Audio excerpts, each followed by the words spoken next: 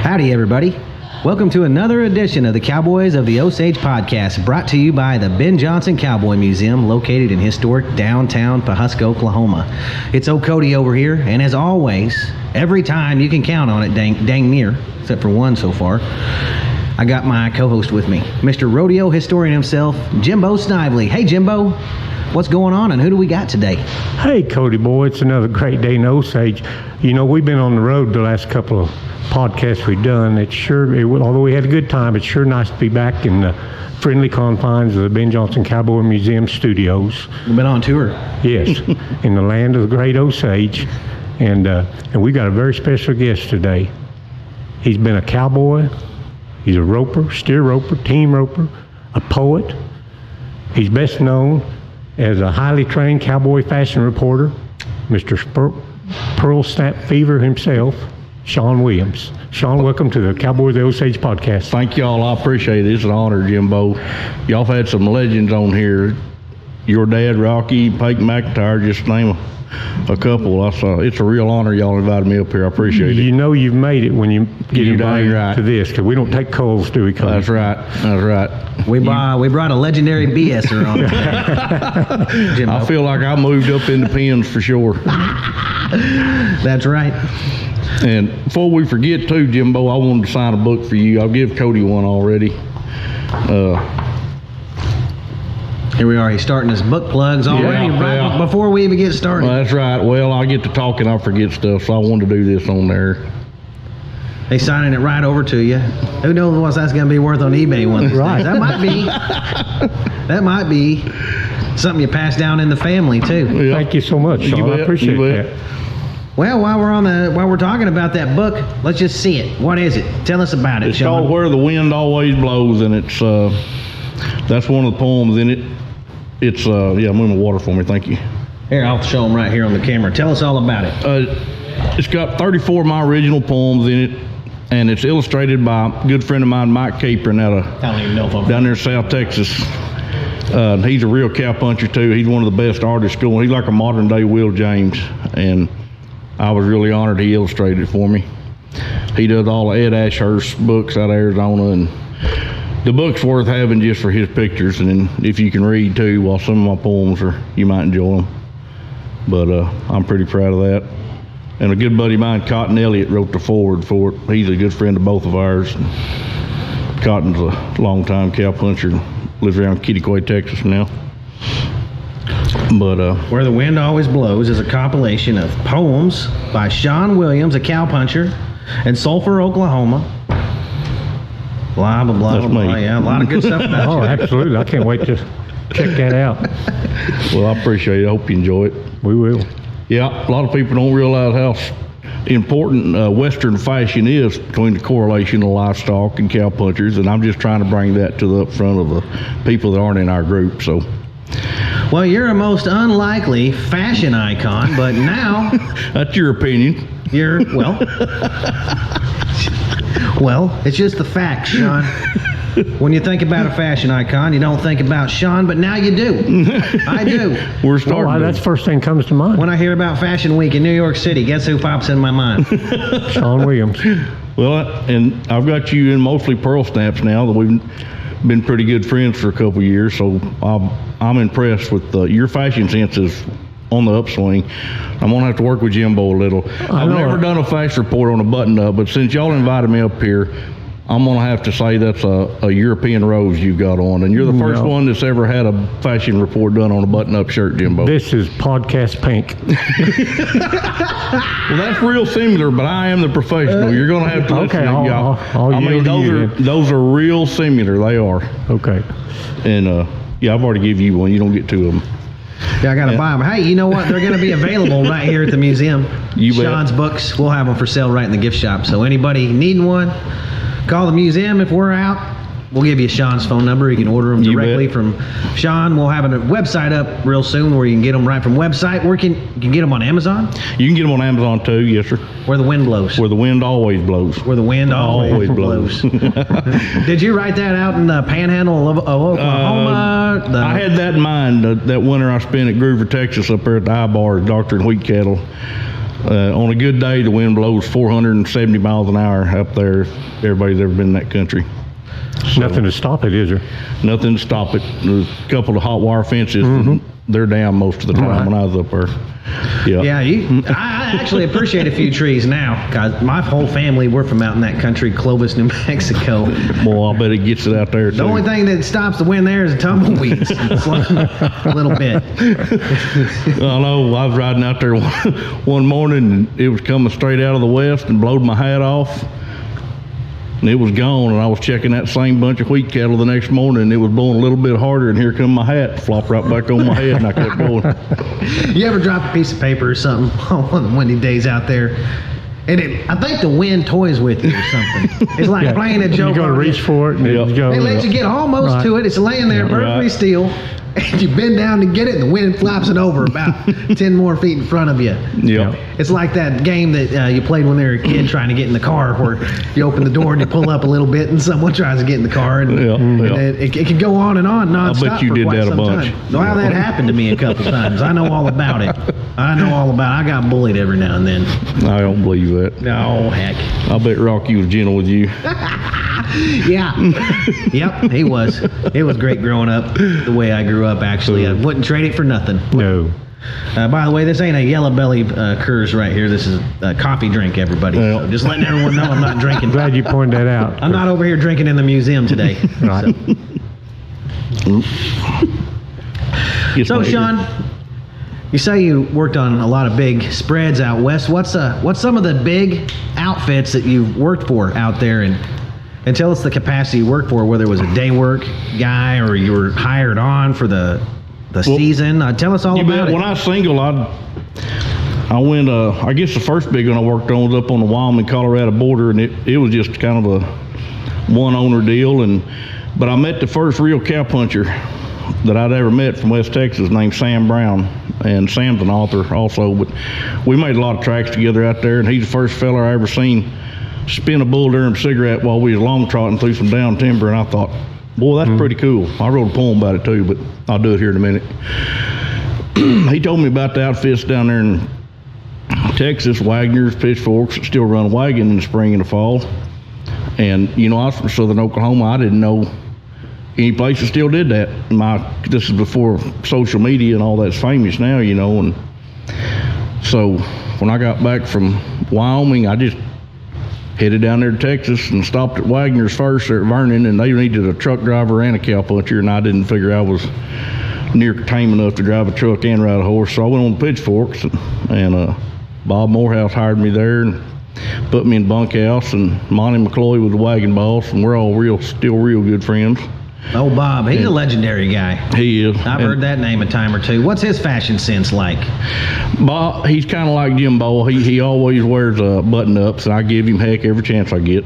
I see him 3 or 4 times a year, and he's good-natured about it. He's a lot more fun now that he don't have the pressure of running that ranch on him. He's pretty good to be around now. Managing one of them outfits will kind of work on your nerves sometimes, but especially if they got guys, certain guys working for them. That might be part of it. There's a heck of a crew there. What about the place you roped the buffalo? Where was that at? I had a camp there. It's on the it was J.A. Ranch, but Jim and Joe Robinson had that country leased since 1957 down there, Hall Creek Camp, and a lot of that J.A. country, and that's when the herd was still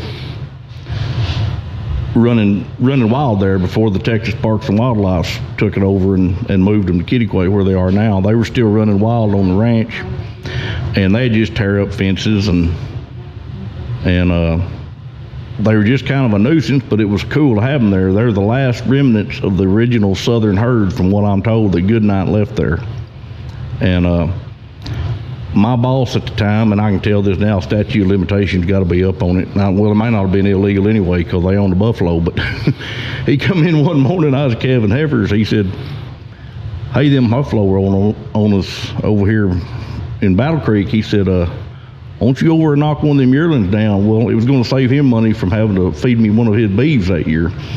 So me and my ex-wife now, we went over there horseback, and I only had 5 bullets. Well, I hit her. Buffalo hunt. Yeah, buffalo. Right. It's the last romantic right there. It's the last horseback buffalo hunt in the Texas Panhandle, to my knowledge. So, and I am part Chickasaw Indian, so it's all kind of historic. I had 5 bullets, shot her in the same front leg, wounded her. My horse run off. My wife caught my horse.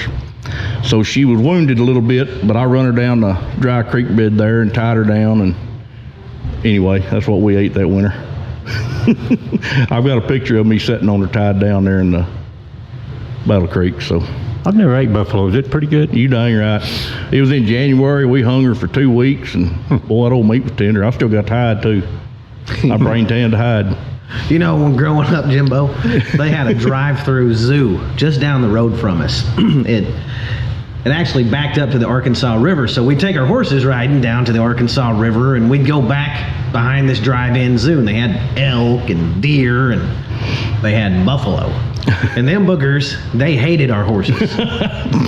They would take full charge and hook the fence, trying to get to us. Really? And then one day, the mayor of the town we were living in calls up to my dad. Says, Mr. Garnett, the buffalo's gotten out of the zoo, and none of us can seem to wrangle this buffalo. This is up there in Kansas when we were living there. Not too many buffalo wranglers up there. They didn't want to have to shoot it on the golf course. It had gotten on the golf course. It was on the golf course this time, in front of everybody. So they asked him if he could come up and try to rope it or something. Yeah. So he said, I have that ticket pending up there at City Hall, Mr. Mayor. If we can come to a cordial agreement on that, I'll come get your buffalo. Well, the mayor said, I can't do that. You know, that wouldn't be the right thing to do. When about an hour later, the phone rings again. They're still having a real bad time with this buffalo. So I guess that ticket mysteriously disappeared. My dad went and tied the buffalo down on the grass. Oh, be Lord. On the golf course there. By himself. Yeah, by himself. That's a hand. Yeah, just on his steer roping horse. Yes, sir. He's a hand. I know he's a hand anyway, but I've caught a few buffalo when I was up Wyoming, and them suckers are different. Now they're a handful. Did you ever have trouble getting the rope loose around their neck? It'd pull down in that wool so tight that it wouldn't, when you ride your horse up, it wouldn't get slack. I know one that strangled one time. I've heard of them. The first one I ever caught was a cow, and I had a rope by one horn, and it come tight on that one horn, and I loaded her in the trailer rope by one horn because of that wool, like you're talking, wrapped up in that Honda in it. Yeah. Cody, have you ever seen the picture of Dick Truitt bulldogging the buffalo? Yeah, I've seen that. With Bob Crosby hazing. Now, you can't get any more Western than that. You ain't kidding. Good. Yeah, that's Western. You know, for $10, I think, is what he got paid. You know, Buck Taylor. There's a fellow by the name of Buck Taylor, not the original Buck Taylor, not the guy, the actor that's still alive, but he worked for Buffalo Bill's Wild West show, and he would bulldog a buffalo. Really? Yeah. He would bulldog a buffalo right there, a big one. Yeah, this was a big one that Dick bulldogged. Oh yeah, that is a great picture. Oh yeah, he looked a little bitty next to that buffalo on the ground there. You know? Yeah, I've seen that. Well, they had to be mounted. Them suckers can flat run. They can run, can't they? Man, they can run. Yep. They'll run through anything, I think, yes, sir. won't they? I believe so. The one I looked after did. Joe worked with them up there at Mondor's, you know, and stuff, and he said those pictures of those Indians riding up beside him with those bow and arrows, he said those aren't real, so those are fake pictures. If you can't ride up beside Oh yeah, I think they're real, but those guys, they can do stuff we can't do. I'll tell you what, you had to be pretty hungry to hunt up one of them buffaloes with a stick. Right, with a sharp stick. Yeah, I'd think so. Yes, sir. Run beside one and spear him. Yeah. Well, I've tried roping some, even the smaller ones, and they can, at a dead run, stop and be underneath your horse before you can blink. They're quick. Well, I got you off the subject of Tom Morehouse there. We was talking about Bob, but yeah. Bob Morehouse, yeah, sorry. You bet. But, no, I loved back then, them places to run the wagons a little bit. I love the lifestyle in the country and the people. Well, a lot of people these days don't know nothing about running a wagon. So what is it? Tell us what it is. What's all it entail? In the modern, and there's still a few ranches out there that run them right now in the spring and the fall. They seem to become more popular. They seem to be with the nostalgia. Social media and nostalgia factor. Just cool. Let's do it. Yeah, and you know, in the spring and the fall, most ranches, most of them bring calves in the spring and wean calves in the fall. Some of them have bulls out year round, so you're weaning and branding. Like out there at the ROs, they run a spring and a fall wagon, but the country's so rough they couldn't pick bulls up, so you're going to do both years, in spring and fall. But when they pull the wagon out, they'll take a remuda of horses. You know, every cowboy that worked on the ranch is issued anywhere from 6 to 10 to 12 head of horses. So them horses know how to travel together, and they'd pull the wagon out with a remuda following them and go to whatever part of the country they were going to work first and make camp there. And Well, what's a remuda? Fill these folks in on that. all right, it's the ranch's saddle horses that are issued to the cowpunchers when they hire out to them, or buckaroos, same way up north. And when you hire on one of them big outfits, they cut you these horses and tell you their names, and they're yours while you're there. Nobody else can use them, ride them. And that's just part of the cowboy etiquette. Not even the wagon boss or the manager. It's about the same as horse stealing. Unspoken world, and well, I mean, it would be spoken if somebody tried to do it too, but yeah. And it's just a lot of respect, and there's a lot of that cowpuncher etiquette. But you get them horses, and they're all taught how to lead out being roped, and when the whole crew's together, you've got anywhere from 100 to 120 head at most of them places. And first thing in the morning when you're on the wagon, you take turns on wrangle, which is bringing the horses in before breakfast. And sometimes, like at the ROs, we'd take our ropes off our saddle and make a circle and just stand there holding ropes like this. And there'd be 100 head of horses milling in the middle of that thing. And the ropes would just be on the ground, and they wouldn't step over them. It's pretty amazing to watch.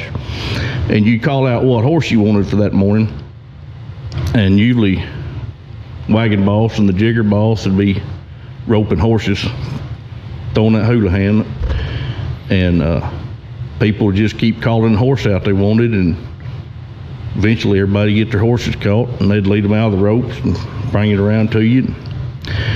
And if you're going to have a 2-horse day, you called for 2 of them, and you kicked 2 over here in a holding trap or whatever was available.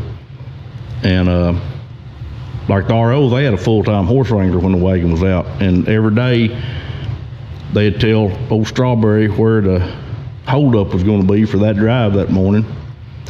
And after breakfast, we'd head out at a long trot or a lope, and we're liable to trot 15 miles, 10 miles, and then make a little drive. And Strawberry would be at the designated point of where we were going to end up with whatever cattle we gathered that morning. And we'd noon out there and change horses. And that's pretty cool to watch too. When you got a bunch of cattle held up, the horse wrangler bring over here, and them horses just hold up out there in the middle of nowhere, and about half the guys will leave the cattle with the other half the guys and spread the ropes out around them horses and unsaddle theirs, kick them in with them, and they rope the fresh ones out and bring them out, and they get on and go get a hold of the cattle. The rest of the guys come and change, and that's how we'd change at noon. It's really interesting to watch. I didn't appreciate it as much while I was doing it. I did, but looking back now, that's something a lot of people don't ever get to see. What they do with them at night? Like at the ROs, all of the camps were close to a smaller horse pasture trap around there. Mm-hmm. Now that old country was big, and it's kind of in central Arizona, and it's so rough that 2 sides of the ranch was probably close to 500 sections. It's OROs, mm-hmm. But there were some cross fences, but all the gates were open. And around headquarters, there were some 20 and 30 section traps. And then all the camps that we had would have a branding pen or a horse trap or a holding trap, and that's where the remuda would. Where'd they come up with all those horses at? Did they have their own mares all and the stuff? Big ranches raised their own that I worked on. Yeah. The Pitchforks and Bennions and the ROs and the Bells and all them big places did a lot of stuff the same, but they all did something just a little bit different. Mm-hmm. It was just really neat to see the. But it worked. There's more ways to do some. For instance, branding calves at the one thing about all the cowpunching places in the Southwest, they all have, like, usually you've got 2 sets of flankers, 2 sets of draggers. You don't ever, once you establish the side you're dragging calves to, you don't cross and go to the other guy's flanker. And it's just a safety issue, but it's just a lot of respect. It's almost run like a military activity to the point of the respect that people have out there at them places. That's what I liked about a lot of it. But it was still fun, but like in West Texas there at Pitchforks and most of them places, the only thing you didn't bring to the branding fire was a high hawk calf. That means the rope's up above a hawk on one leg.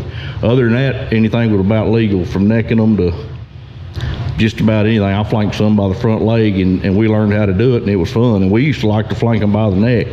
And then I worked at places where you didn't bring anything but double hawk, no matter what, up there in Montana and do they Arizona. still do that, just to ride their horses and do it rather than run them through a chute and brand them? Yeah, well, and you've got to have a crew. I've argued with people about this too. You've got to have a crew as big as we had together, that big country to start with. So you've got that many men out there, and then when you've got that type of crew, that you've got enough men to run 2 men flanking over here and 2 men dragging and 2 men with a knife, 2 men running irons. You can work a calf in less than anywhere from a minute and a half, and he's back up, and you can run several hundred head in a few hours like that. And it's easy on the cattle, it's easy on the men compared to getting your feet stomped, pushing them down a chute, and, in my opinion. Now, a lot of the smaller guys that you can't afford to pay help, well, there's lots of different ways to do it, and I respect all of it. But at the big outfits like I'm talking, that's definitely the best way I've ever seen it done. And I would like to see it done some other way. I never got to work up in that buckaroo country where they head and heel them, and I'd love to be able to see some of them guys handle them with them long ropes, But What about that Bennion ranch? Was Bennion alive when he worked there? No, sir. Benny died, I believe, in '89, and I was up there in '92. I got up there the second day of January in '92 in Garfield County, Montana. It was a little bit chilly, and Benny was well thought of up in that country. I never heard a bad word spoke of him from the surrounding ranchers or the people in town or anybody. He was a good neighbor, everybody said, and well respected up there in that country. That was a neat ranch. They had a pasture called the Door Pasture that was 100 sections under one fence. And then they had some leash country in the Missouri breaks that we was told it was 100 sections is what they had leased. I never did see all of it, but let's get some No one Ralphie bites for the that. dust. No one bites the dust, Jimbo. What's the Missouri breaks? I've always heard the Missouri breaks. What's that? Well, the Missouri River runs through. It's a Marlon Brando movie. Yeah, yeah. Yeah, that's where I heard it Brando? probably. It's been on my recommended things to watch on I've never seen Amazon. it either. I've heard I of haven't it. watched it yet, but I'm planning on it because Amazon thinks I'm going to Well, like if it. it was filmed up there, it's got to be scenic. That's pretty country. But the Missouri River runs through there, coming out of the mountains and hits the Mississippi, and then Missouri breaks are just right there in eastern Montana. I don't know. There's a lot of country. The Charlie Russell Wilderness was surrounded us right there, and they've got a big power station dam there, Fort Peck Dam and Fort Peck Lake, which is right there north of Jordan that bordered the country we had leased. That's some neat country too. A lot of horse thief country. They had a bull outlaw stuff going on up there, and A lot of history. a lot of history up there. I love. That's one thing I loved about every place I ever got to go was getting to find out some of the local history. And just like here, there's such rich history with all that rangeland, all that ranch land. No matter where you're at, it's just interesting. And what's interesting to me is that they still do things the way they did them 100 years ago. It pretty is. much. Yes, sir. That's pretty cool. I thought it was. I just fell in love with it, and hell, I've worked 6, 8, 10 months, and I'd ready to drive 600, 800 miles and see some new country. Yeah. That's what I loved, and then meeting new people. And You ever it's see any just- bear up there on Bennion Ranch? I never did. I don't think there was any, but north of the river, I'm sure there used to have been some in the breaks. There wasn't when I was there. I've been in bear country, but I never got to see one in the wild. I wished I had got to see a mountain lion out there in Arizona, but I seen when I was in Arizona. What about jackalope? You ever seen? Yeah, I've caught several of them. Yeah, you bet. They're endangered. That's the first person I've ever admitted it to. That you don't see them around too much anymore. No, it's people like me catching them too much. Yeah. I kept out there in Arizona. I seen this little calf. He had a notch out of his nose up here in the cartilage. He was whistling when he breathed. And a week or two later, I seen another one. And I seen about 3 of them. And I finally asked him. I said, that one I thought was a freak deal. He said, what's the deal with the notches on them calves where they're got their nose whistled? And they told me, and I suspect it's the truth, that them little black bears will be rooting around some of them stumps, and them babies just go up there and be curious, and they say them bears will reach over and just swat them. And that's what that is, because they've got their nose stuck up to them. They'd cut that cartilage and they'd whistle when they breathe. It's kind of neat. Never heard that. That's the first place I'd seen it. You ever see any aliens out there? I didn't, but I know some people that swear to God they have, so I can't personally say I ever saw any. I'm sure they're out there. There's a herd of monkeys down there in the Croton breaks at the Pitchforks that would do threatening things to young fellers that got lost on the drive at times, so that was kind of dangerous. Feral monkeys. Yeah. Hey, what kind of feather did you have in your hat a while back? I saw. Well, I've still got it. Internet. This is oh, there it is. It's still there. That's turkey feather. No, that's a Mongolian feathered elephant. I had a friend that worked for National Geographic back in the 80s, and they went over to Mongolia to do this story on this herd of feathered elephants. And they're almost extinct. And they ended up not even doing the story because they were scared people would find out about them and just exterminate the herd. But the male mature elephants have 3 feathers in their left ear, and they shed them every 3 years. And this friend of mine got a hold of some of these priceless Mongolian feathered elephant feathers, and he brought me some of them. So that's what that is. Is it legal to have one, possess one? It used to not be. I don't know what the statutes are now. We go all over the country with this podcast. You may be in trouble. I may be. Only other one I ever saw was in that Smithsonian. Jimbo. That's the only other one I ever saw before. I told that story to a gal in Fort Worth in a bar one time about 15, 20 years ago. I mean, had her hooked. They're right there at the chin, just. And I said, no, it's just a turkey feather. She got mad and left. I wouldn't take you for a guy to be in a bar in Fort Worth. No, I wouldn't think. It was a freak deal. I got lost. I had to ask for directions. Well, Cody spent the night or two. No, was that you or Pate that couldn't get a room and had to stay and spend the night in a bar? I think me and Pate both made it. Okay. Probably more than one night. Well, it was late. We're tired. We couldn't find a room. Sweetie, I had to stay in this old bar. Right, well, right. I've heard them sob stories myself.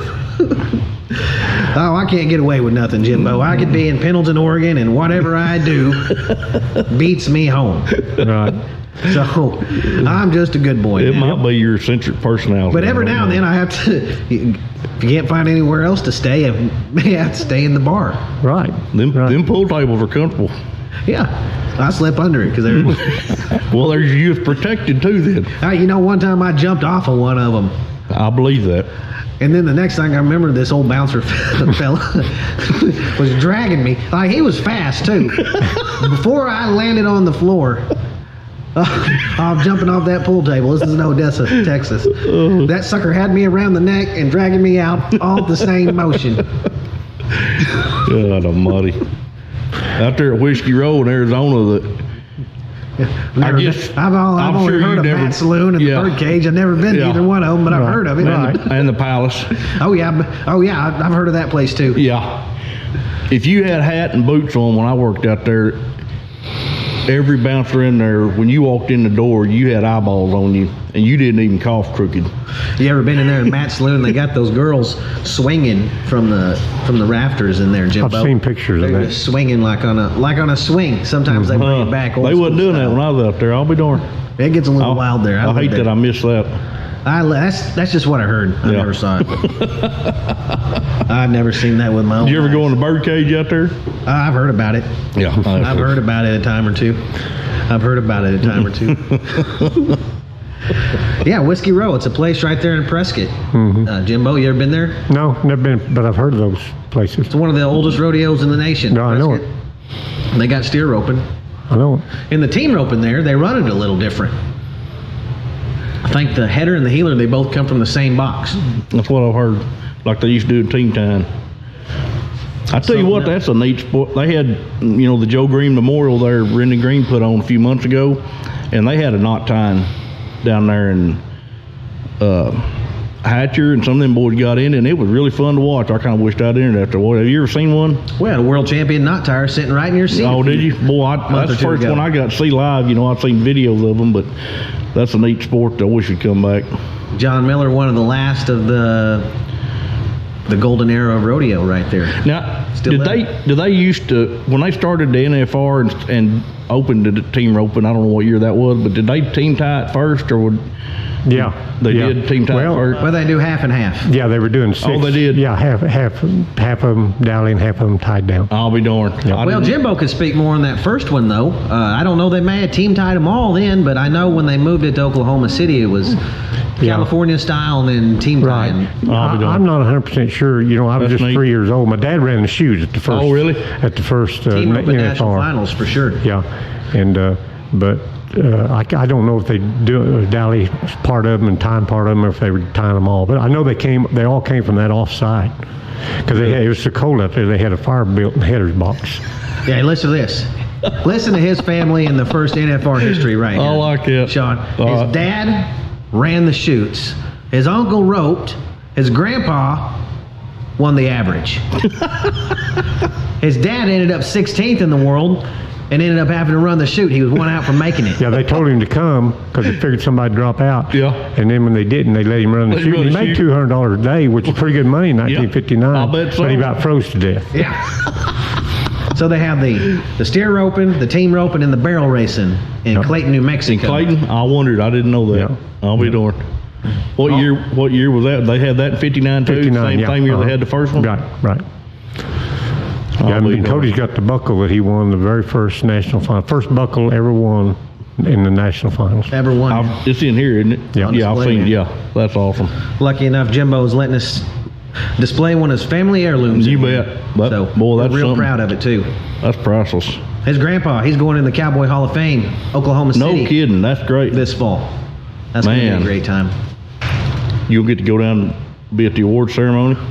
Well, if Jimbo still likes me, Yeah, he's already got tickets. he's got the tickets, but he ain't given me Man, my that's- ticket yet. So Well, I haven't got them yet either. I don't know if we get them at the going- door. I mean, I paid for them, but I don't know what. I figure he's just keeping an eye on me, Yeah. making Yeah. sure. I'd been in get Cowboy Hall of Fame in 20 years, and I went the other day here back last spring, and I'm not bragging on you, Cody, but I'd rather walk through here than the Cowboy part of some of that anymore.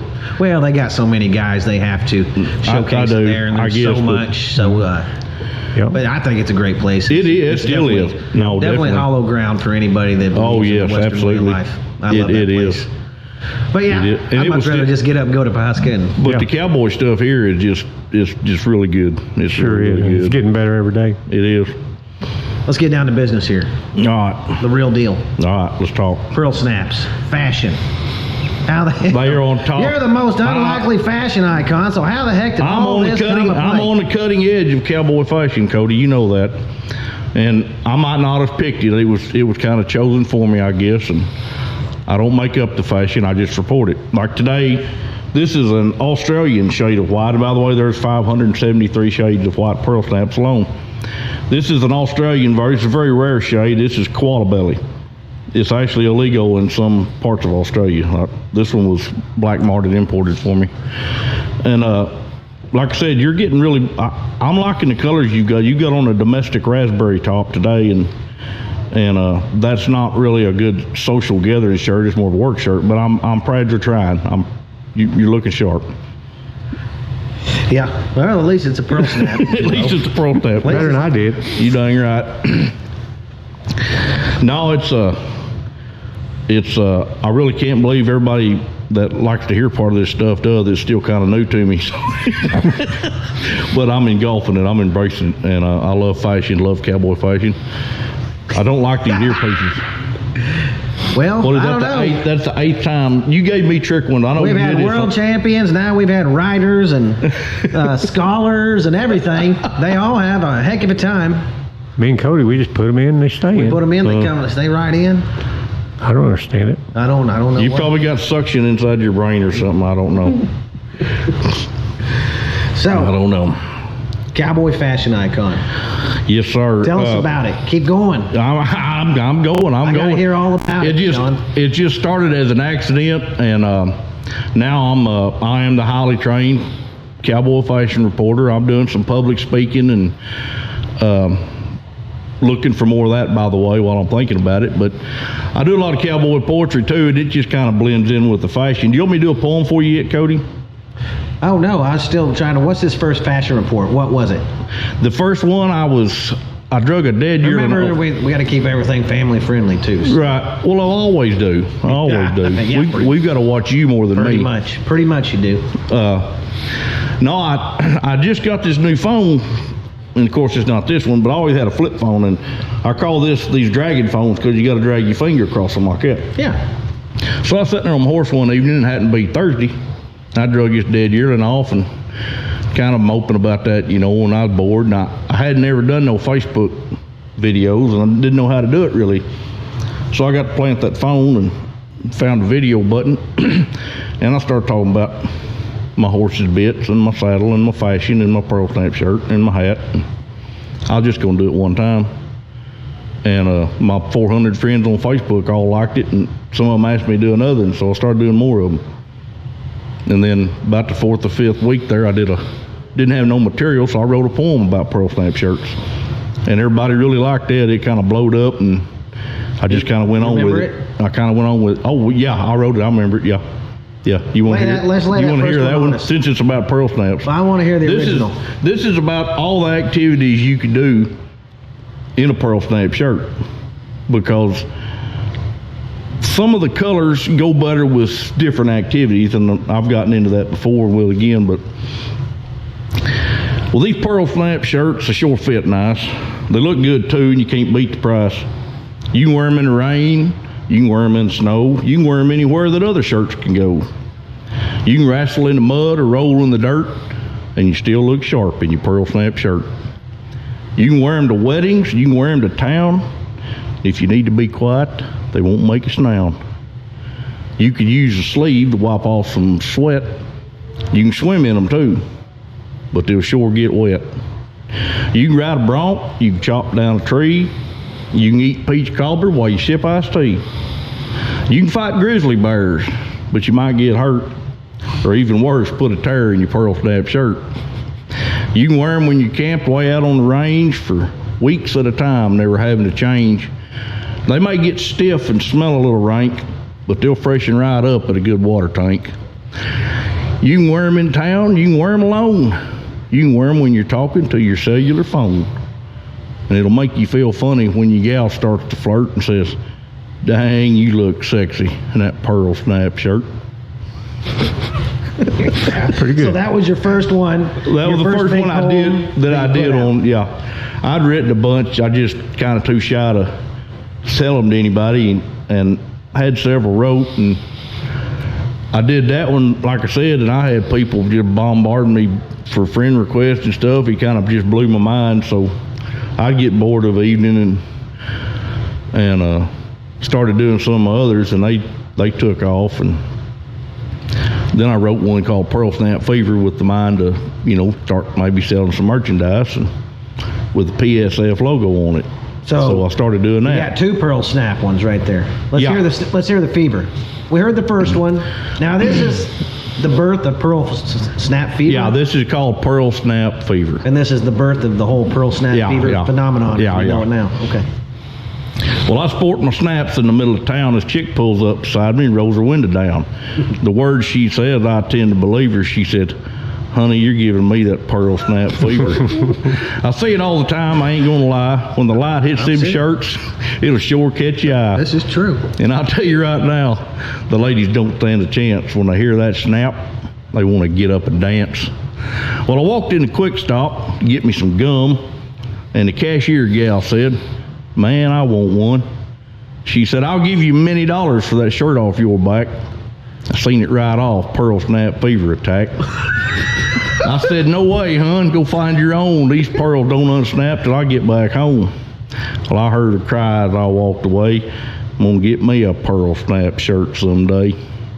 Well, sitting at home in my old lawn chair, I noticed my gal kind of starting to stare. I knew that look. I knew what she want. My pearls was making her old heart melt. She said, let's go inside, honey. I might let you in. I seen it right off. She had the fever again. So no matter where it hits you, you got to admit, them pearl snap fever is hard to forget.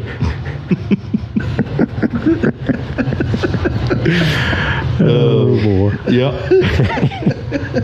It's kind of an endless conversation when you start talking about Western fashion. It's just, you can match them with anything from branding calves to changing flat tires to cooking brownies, you know, and that's what I do. You know, I used to rodeo with a guy, and when I first started wearing pearl snaps, this is when I did, Jimbo. It's a guy, he hasn't changed his fashion since 1972 or 3. It's you ever hear of a fellow by the name of Ralphie Williams? Ralph Williams? Yep. He's the king of the pearl snaps. I've met Ralph. Yeah, he's king of the pearl snaps. I was rodeoing with him. But yeah, that's when I first really took notice to pearl snap shirts. I was rodeoing with Ralphie. And you know, I was wearing all these buttoned up shirts and high starch and everything else. You ain't gotta start your pearl snap, Jimbo. I'm gonna have to talk to my wardrobe department and upgrade a little bit, I guess. We can get you a free consultation with Shawn over here on fashion if you need us to, Jimbo. Okay. Just at least keep one maybe for special occasions if you're going to take your wife or your girlfriend out to dinner or something. Maybe not both at the same time. No, it'll just be my wife. And you know, just keep one back for occasions like that. So, if the snaps aren't pearl, are they still pearl snaps? I believe all the snaps are pearl deep down inside, Cody. Okay. If they're not, they want to be, and that's good enough for me. I got you. If you were a common snap, wouldn't you want to be a pearl? Now, how do you feel about the snaps that are diamond shaped and different things? Oh, I love them. I think there's a place for them. You like them? They seem to flow really well with every upper garment I've come across that had them on there. The diamond shaped pearl snaps. Mm-hmm. Diamond shaped, clover shaped. I've seen various kinds. Yeah. We had a guy. We had branded some calves in the mud down there. You ever had an arrowhead shaped pearl snap? I haven't seen arrowhead shape yet. Well, no, have you seen one? No, I'm just wondering if you've ever seen one. I hadn't, but they might be out there. It's a good idea. Horsehead shape? Horsehead, I hadn't. No, I hadn't seen them either. Pretty much just a diamond, maybe in a clover, and the rest of them around. No, I've seen square ones. What's the rarest pearl snap you've ever seen? I know you're a connoisseur. Golly. I don't know. I think my favorite one is some of these that Ben Johnson had. I like that red one up there in the Sonoran Sunset up there in the front of the museum. Oh, Ben yeah, Ben was he was a fashion icon. No, there's a solid red one up there too. Oh, right behind you. Look at the pearl snaps on these guys. Well, sure. We got Casey Tibbs. Looks like he's in a pearl snap. Yep. You know, I've done some research on Dollar Hide, Ben. Yep. Looks like they're all wearing pearl snaps. Yeah. What do you think about that purple pearl snap Casey's wearing? I can't turn my head anymore since that demon got out of my body backwards. You might have to do some fashion reporting on that one behind me. You've done a lot of fashion reporting on a lot of guys. I have. Who's some of the famous people you've done a fashion report on and you've been consultating on their fashion? R.W. Hampton, I got to do him down there at Red Steagall deal. I won't do one on Red, but he was awful busy. And golly, you put me on the spot. I can't. Well, some of my buddies like Buster Frierson and Red had on a shirt the other day. Didn't really flow with his beard that well. Who did? Red. Hey, did he not? Didn't flow as good with his beard. Sometimes he's really on top of it. Sometimes he clashes terribly. You're right. And there's nothing worse than a crew coming together to Brandon, and some of them wearing a broad pinstripe, and somebody's got on a chipped obsidian black, and then it's just kind of pale-male. You can tell the cattle, they get stirred up right off the bat with the crew doesn't flow good with each other. So sometimes I get called in various places to do some fashion consulting with people having trouble. So who's the best cowboy with the worst fashion sense? Bill Elliott. Bill doesn't own a pearl snap either, just like Jimbo. Yep. You heard, and Bill's one of the best cowpunchers ever lived. He said Manfred told him, Manfred Elliott's his dad, Texas Southwest guy forever. You probably heard of him. He said Manfred said they got too hot down there at Wagner's in the summer, so he wore button-ups. But I never had any trouble with them getting hot with me. Well, I did get mine out of the dryer the other day, and I got a brand by one of the pearl snaps. Branded me. Well, now that's an honor. That's a huge deal. If you do get them ironed very often, it does melt. You ever had that problem with them melting the snap? No, but I had this one at the cleaners. You saw me working on this snap, and I forgot to snap it before they pressed it, and they kind of messed the snap up. I might have an issue with them on that, but I got my pearl snap repair kit out and fixed it, and you saw me doing that. There's a drawback to every single garment. There is. Very few to pearl snaps, though. It's worth going through. I mean, when the fashion's good enough, the trouble you have to go through to make it right is just worth it. It's just worth it. I'm sorry, I cut you off right when you were telling us some of the guys you give some fashion. I started to say up here, Buster, he's pretty famous now. He's a good friend of mine, and that kid that Ethan Lee that I didn't know was an actor in the Yellowstone series for 2 seasons. I got to do one on him. Of course, they both had button-ups on. I give them all kinds of heck, but I heard you might be in this new Yellowstone. I don't know where you heard that. I was just trying to get a rumor going for you. Thanks. Trying to get some buzz. Yeah, I think that's a good idea. That's a good idea. You're supposed to say, I'm not supposed to talk about that. Yeah. Confidentiality agreement. Well, I might have used it that way, and now they don't know anything because they acted like they know what you're talking about. So that might be the deal. So you are in Yellowstone. Well, you won't know. I've been trying to drag this out of him, Jimbo. Right. We're just going to wait till November 7th, I guess. Well, the new season, they're just casting. Oh, yeah, I see what you're saying, the following season, yeah. Yeah. I don't know. Well, there's two sequels, we're going with. I mean, a prequel and this is the prequel. So surely you make... He's going to be in the prequel. Yeah. We'd have to be in one. What he told me the other day on the phone. Said he wasn't supposed to say 1883, anything. I think they call it. I still hadn't even watched one of them. He said he wasn't supposed to say anything, but I let the cat out of the bag. I don't care. Be looking for Shawn on Yellowstone real soon. Yep. Giving fashion advice to. If they needed a fat stunt guy, I could do that, but I ain't got a call for it yet. Fat stunt guy. Did you ever watch The Fall Guy when you were a kid? Watch The Fall Guy? Yeah. I don't think so. No, I don't think I did. Lee Majors. He was I remember the Hollywood stunt man. Yeah. Yep. Had a cool truck. Yeah. Yep. And he's always in his bathtub outside smoking a cigar. Yep. Was that before $6 Million Man or after it? Well, I don't know, Jimbo. That's probably after, because that's only. I think it's right after. Yeah. Right after. Of course, Big Valley was his first deal. He played Heath on Big Valley. That was before your time. Can't get anything by Jimbo. He knows the history on everything. He knows the history on everything. Yep. Well, Shawn, how do you feel about tucked in boots in your pants? Well, I wore mine that way a lot, and that's one of my Western Horseman videos I did, but the only trouble I ever had, sometimes I'd have cedar berries fall down in them, but for me personally, when I tucked them in, my jeans wouldn't ride up if you was going to trot 10, 12, 15 miles, and a lot of times I'd have trouble with my jeans riding up on my leg real bad, and you always wore step-in leggings, and it's way easier to get them leggings on and off when your boots are shotgunned, and on top of that, it just looks really fashionable when you got a good pair of loud handmade boots. Ain't nothing wrong with being fashionable either. What kind of boots do you prefer? Well, I wore handmade ones all my life, but JR and Leanne Cancler made my last few, but the other day I bought some off the shelf, some Rios or Mercedes, and I've got along real good with them, but I don't stomp around in the mud like I used to and trot miles and miles every day either, so I do more walking than I do anything else, team roping. But I always wore them handmade boots, and I usually rode iron ox bows, you know, them handmade boots that they'd use them old big 20-penny nails for a shank, and they just lasted better. And most guys get punch cows, they still wear handmade boots, you know that, and they just last longer than shelf boots most of the time.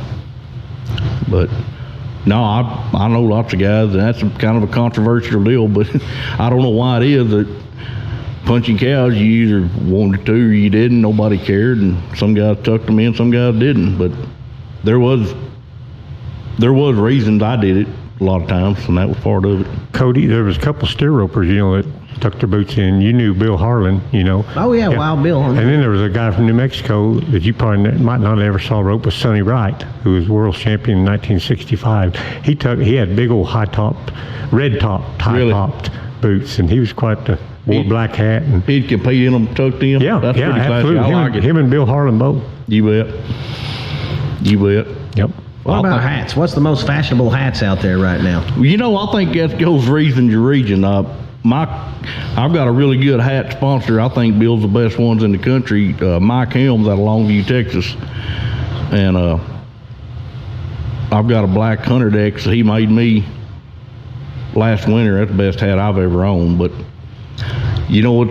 It's funny how you go from state to state and even different parts of the state, and the creases are just way different, and they all look pretty good. Same way with rodeo, you know, bull riders, bronc riders, calf ropers. If you've been around much rodeo, you can usually look at somebody and kind of tell what vent or get pretty close to it.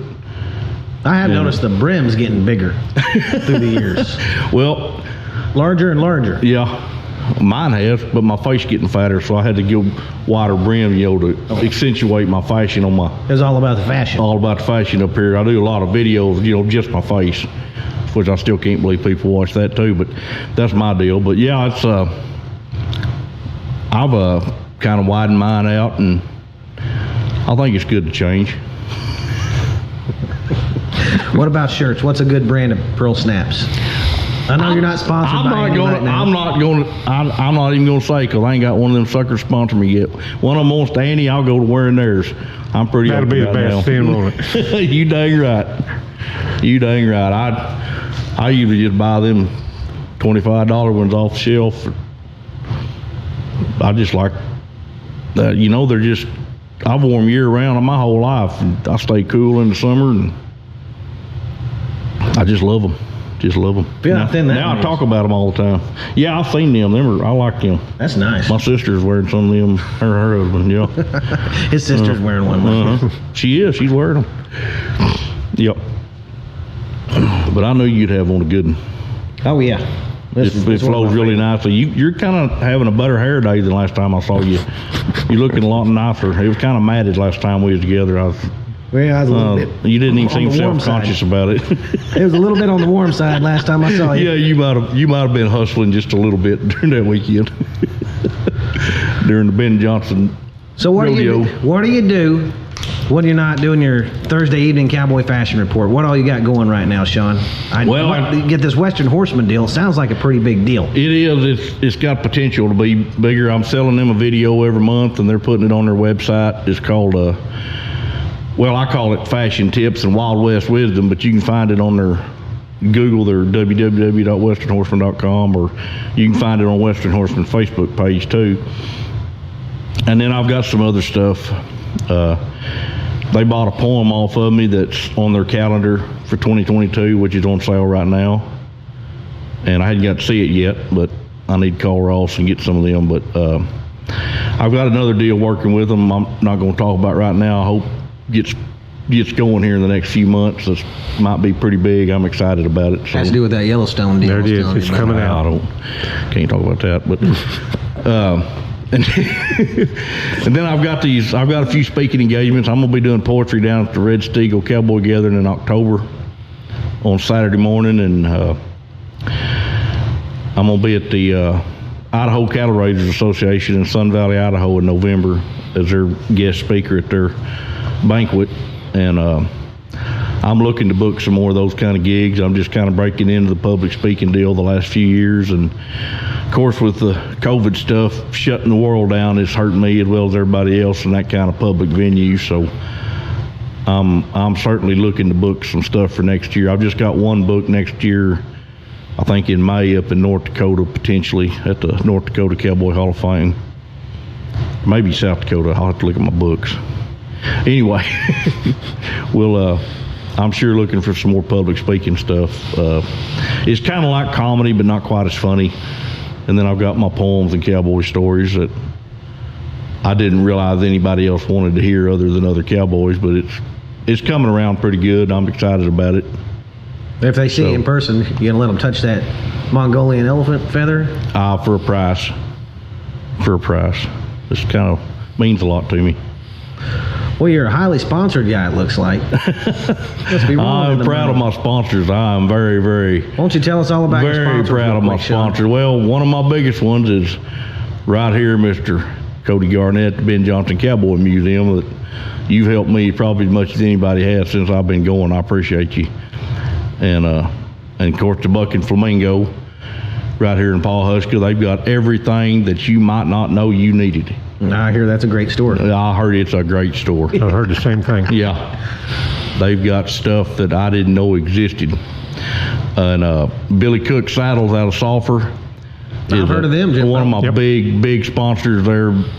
They've got new ownership, and a same friend of mine, Jody Raymer's still running it, and they got a new owner, and he's a heck of a good guy, and he's really doing a lot for them, and they're building a really, really good saddle, and they take a lot of pride in their work, and they've got a lot of tack, and they've got a lot of really cool women's purses they're coming out with too that are really selling fast.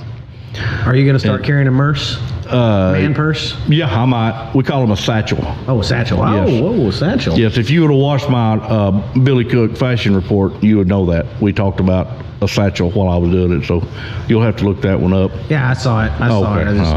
I couldn't get the man purse out of my head. No, it's a satchel. And like I said, Mike Helms down there at Mike's Custom Hatters in Longview is supplying my hat. You need to get a new earphone supplier. Build as good a hats I've ever had on my head.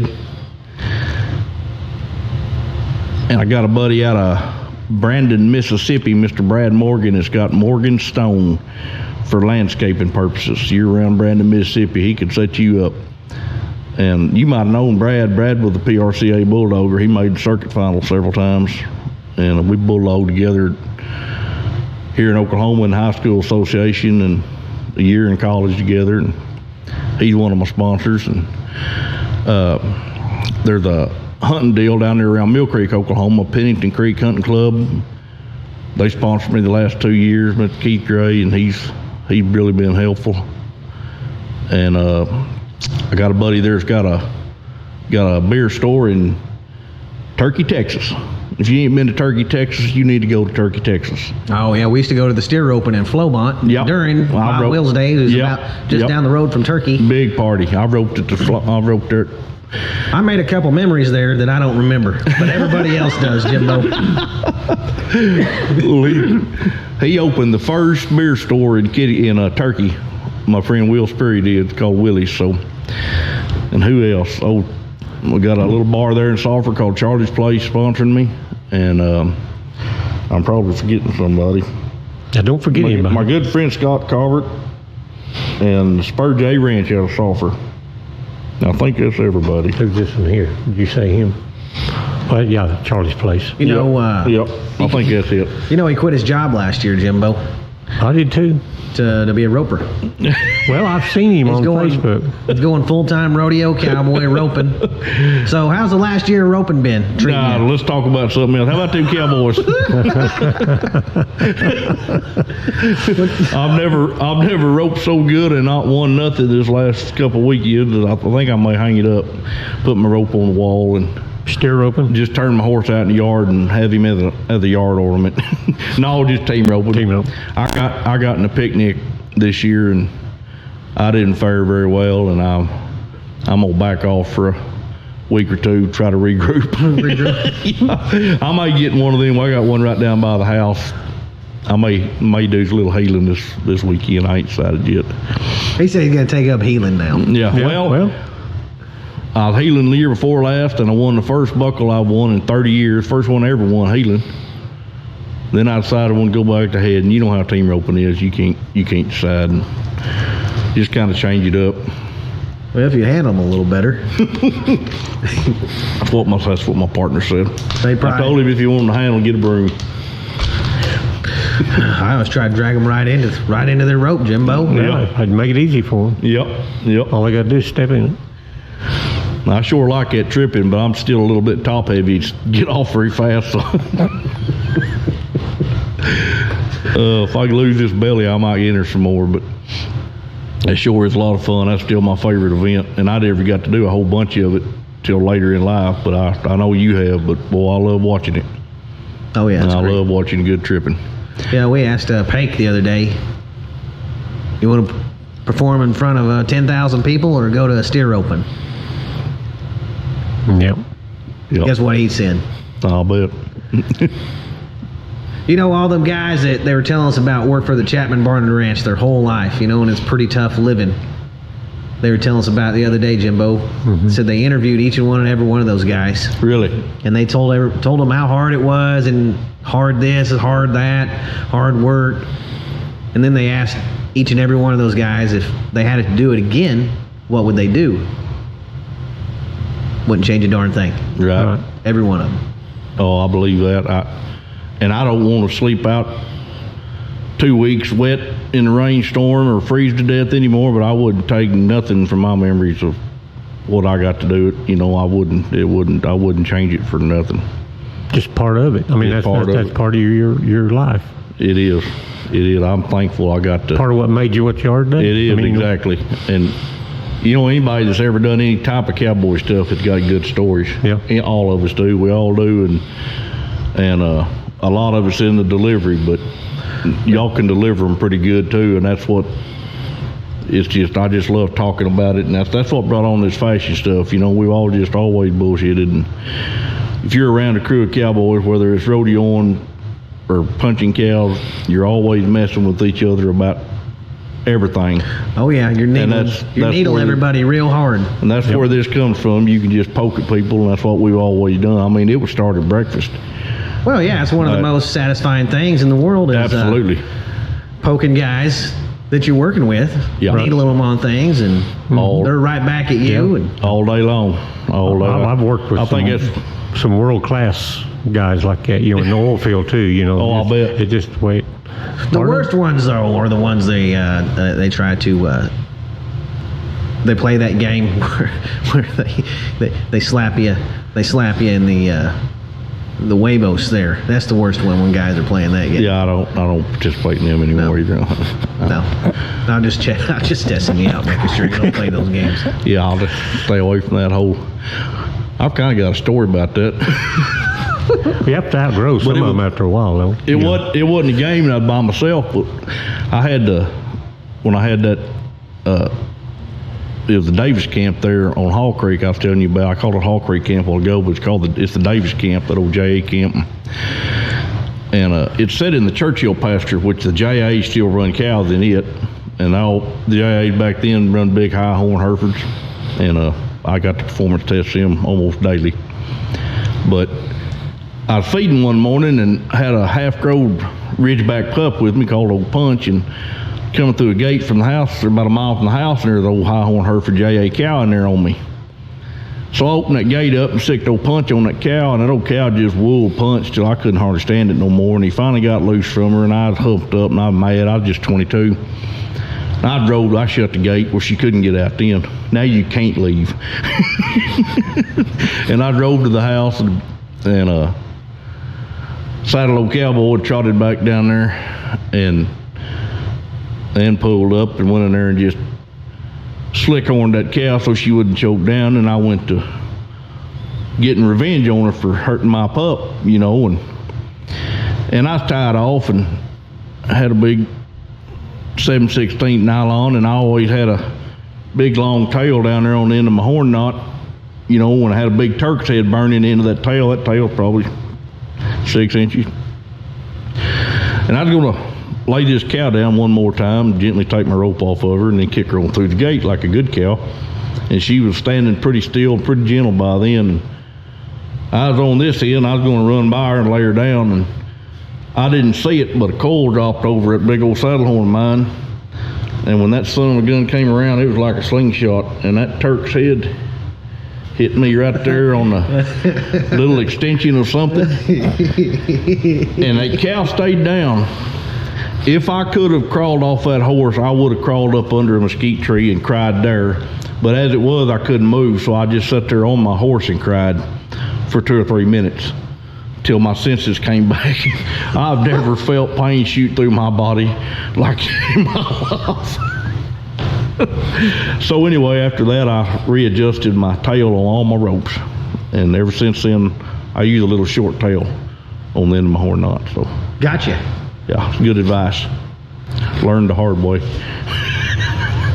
Yeah, I had a long tail on a lot of my ropes. That never happened to me, Jimbo, but Me too. that'd be a bad old deal. You probably never dropped a coil over your saddle horn. You probably got more finesse than me. Well, just luck I never did. Well, Jimbo, what do you got for Shawn? Anything else? Oh, and just enjoyed having him here and some of those old stories, and I hope everybody out there laughed as much as we did today and enjoyed it. I'm sure they did.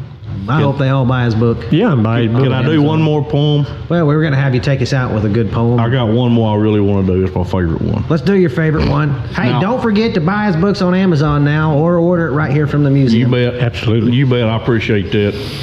This is the first one I got. I don't know if I got famous for it. Western Horseman put it in their magazine a couple years ago. Give me a 2-page spread for it. And it's almost Christmas time. I mean, it's September starts tomorrow, so I'm gonna go ahead and do it. This is my Christmas poem. It's called "A Cowpuncher's Night Before Christmas."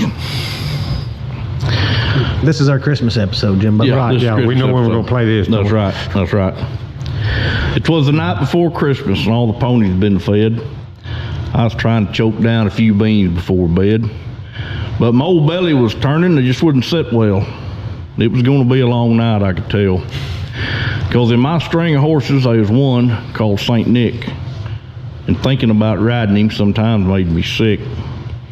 Well, old Flipper had come in with a front leg a dragging last fall during shipping when we was out on the wagon. St. Nick was an extra in the outfit's remuda, and every time you got on him, he'd give a gift to you. That gift was a bronc ride, and I don't mean no hopping. He was sin-covered lightning that'd get your ears to popping. Now, St. Nick liked to buck, but that wasn't all. He'd kick you and bite you, and he was sure bad to paw. But the boss cut him to me, and that's just part of the deal.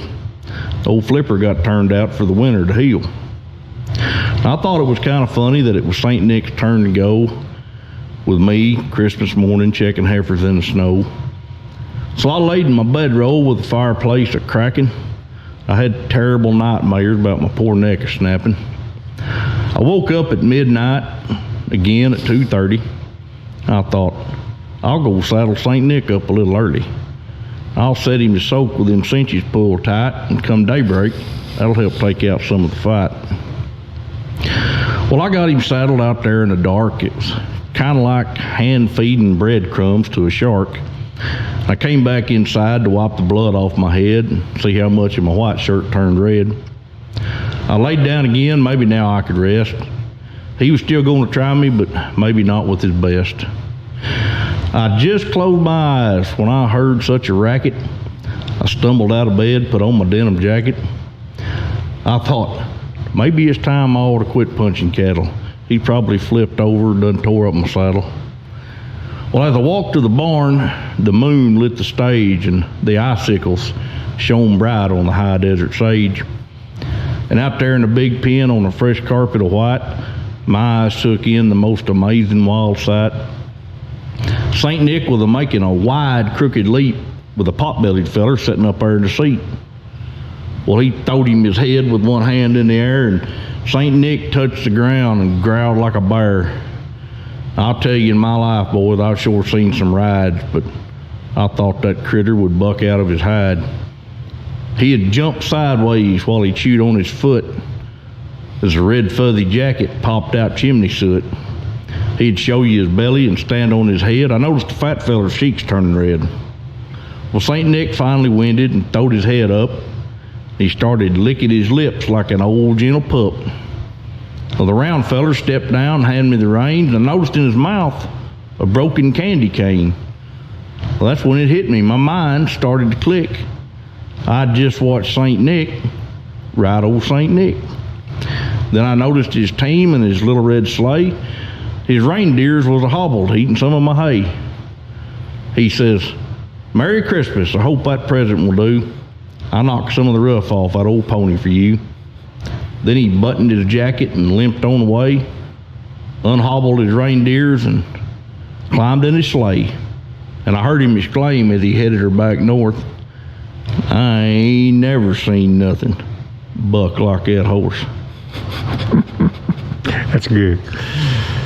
All right, everybody check out Pearl Snap Fever on Facebook, Pearl Snap Fever on YouTube, everywhere that you can find things like that on the internet. Pearl Snap Fever, like them. And check out the book, Where the Wind Blows. Where the wind always blows. Where the Wind Always Blows. Written about the panhandle of Texas and Oklahoma and New the Mexico. Badlands of New Mexico right there. Yep. So, Well, I appreciate y'all. We I appreciate really you having appreciate you on. Thanks for coming up and seeing us. Don't be a stranger, Shawn. Yes, sir. I'll be back, Cody. Thank y'all. Yeah. This has been another episode of Cowboys of the Osage podcast. We'll see everybody next week. Keep snapping. Keep snapping. Keep trying to slip it through the little slit Jimbo's saying over there. All right. See y'all later. Adios.